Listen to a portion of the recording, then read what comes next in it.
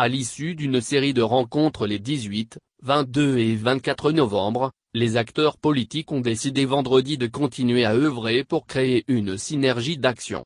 L'objectif, selon Dr Ousmane Doré du Mouvement National pour le Développement, MND, est d'amener les partis à s'unir autour d'une plateforme pour engager le CNDR dans la marche d'une transition apaisée et inclusive. L'ancien argentier de l'État estime que les acteurs de la classe politique ont réussi à relever en partie le défi de la désignation de leurs 15 représentants pour le CNT. Il annonce que les différentes plateformes politiques ont décidé d'adresser une correspondance aux autorités de la transition pour leur signifier leur volonté de répondre à l'appel au rassemblement lancé par le président du Comité national du Rassemblement pour le développement, CNRD, Mamadi Doumbouya. Nous avons le devoir de nous rassembler.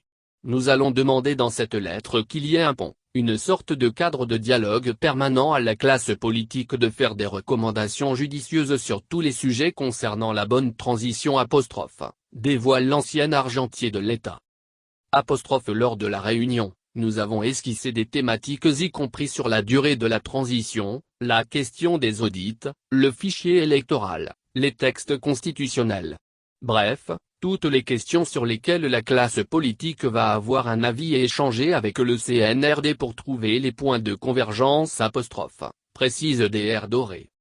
À l'entendre, les acteurs politiques souhaitent dialoguer avec la junte militaire sur l'ensemble des activités qui doivent régir la transition. Il n'y a pas de dogme là-dessus. Nous allons discuter sur les activités et de façon consensuelle, nous arriverons à une date optimale que nous proposerons. Mais ce n'est pas une obstination. Il faut voir quelles sont les activités que la classe politique va endosser avec le CNRD, y compris la question de la refonte du fichier électoral, des préalables pour des élections transparentes. Nous allons y veiller et de tout cela découlera une durée optimale que nous allons proposer. Il assure que la réunion de ce vendredi est le point de départ d'une série de rencontres. Ceux qui ont cru que la classe politique constitue le problème de la Guinée, doivent réviser leurs analyses.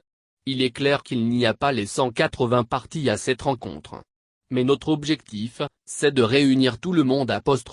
Souligne-t-il. L'ancien ministre des Finances rassure que la plateforme en cours de création est ouverte à l'ensemble des acteurs de la classe politique guinéenne sans distinction aucune. Nonobstant les frustrations que nous avons eues dans la répartition des 15 sièges, nous pensons que le train est en marche et qu'on peut le prendre à n'importe moment.